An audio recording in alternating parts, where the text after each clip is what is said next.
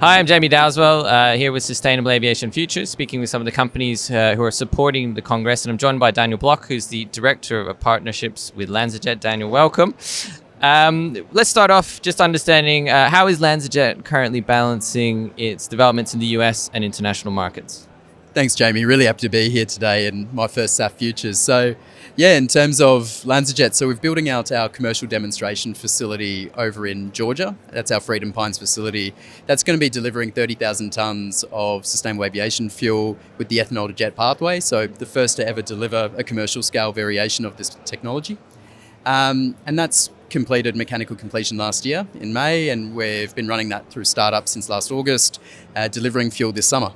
And then in terms of our follow-up then, we're really looking to expand our global presence, and the team has been building in that regard. So our next in kind project is Project Speedbird in partnership with British Airways and Semcor. It's going to be on the Freeport at Teesside and will be 3 times the scale of Freedom Pines, delivering 90,000 tonnes. But beyond that though, of course, there's the UK and there's the US, there's the European Union and their SAF mandate, but we see enormous growth potential across a lot of the developing markets where the predominant growth for the aviation sector is going to be taking place. So we've got projects underway across Japan, India, Australia, and foresee a lot of incoming policy mechanisms that will be supportive of building SAF value chains all around the world. I know the Australian one well in my home state of Queensland, which is always very exciting. And I'd like to ask what the key's been behind LanzaJet's ability to attract investment from such high credential players across the value chain. Yeah, sure. I mean, the interesting thing about LanzaJet is it's a 15-year story. So despite being a relatively young company, we were spun out 6 years ago from LanzaTech.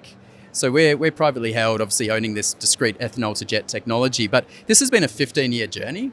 And that's been a process that's been exclusively financed on balance sheet, iterating the technology from pilot lab scale right the way through to a commercial scale. And as a consequence, we've now put ourselves in a position to say, we're next. We know the power of work that the HEFA pathway has been delivering, but the industry is getting to a point where it needs certainty as to what comes next, and we're answering that call.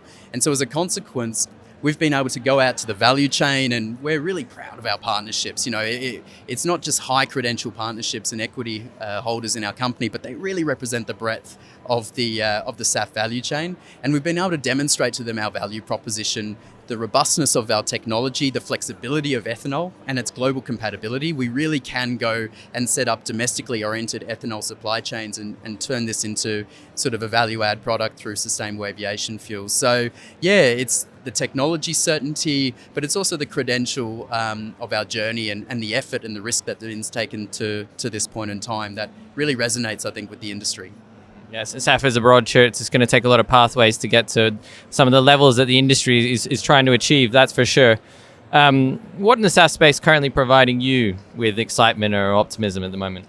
Yeah, I think increasingly at the moment, it's seeing the positive sentiment that exists across the value chain. And I think we've gone from a point where we've understood at a theoretical level that collaboration is necessary to actually going a step further and starting to deliver upon that. We're seeing really quite innovative partnerships, I think, across organizations, across different sectors, and you're starting to see sort of more effective integration of green utilities, green hydrogen, and seeing how they form bonds and connections with, say, SAF companies. We're seeing airlines create really quite innovative moves on their end. I mean, I'm always, giving the example of IAG, putting take or pay sort of upfront positions in companies like ourselves and other sustainable aviation fuel producers. This is a showing of sustainability leadership that demonstrates a willingness to go the extra mile beyond what you might typically associate with that kind of stakeholder. And we're seeing increasing sort of examples of this right across the value chain. So I think what that attributes is a willingness to also step into one another's space and appreciate and empathize with the risk that's really being taken place, including our own.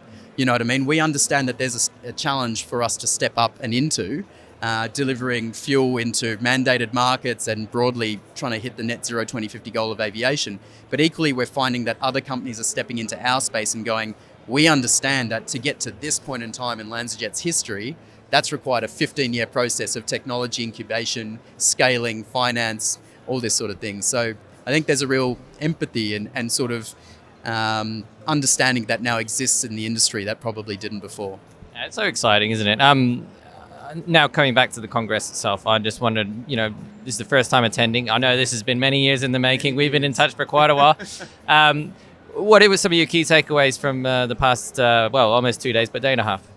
Yeah, Jamie, look, I think the best thing about this place and this organisation is how you bring together the stakeholders that we need to be seeing. And I think having that confidence in knowing that we're going to turn up and we're going to be having end-to-end over the course of 3 days, so many useful, beneficial and necessary conversations. The entire value chain is here and you do a great job in attracting that. And also I think the diversity of the sessions you run, like I find day one really helpful in terms of some of the workshops and more practical applications. Of course, then, you've got your more traditional agendas across day 2 and 3, but the opportunity to really work hand in hand at quite a practical level with some of our key partners and also those that we collaborate with but aren't necessarily in partnership with is quite a unique opportunity. So yeah, we sort of pencil it in year on year. I mean, LanzaJet as a company, myself sort of excluded, have come many times and we look forward to supporting in future years again. Well, we're delighted to have you supporting us at the event, and it's a pleasure speaking with you today, Daniel. Thank you very much.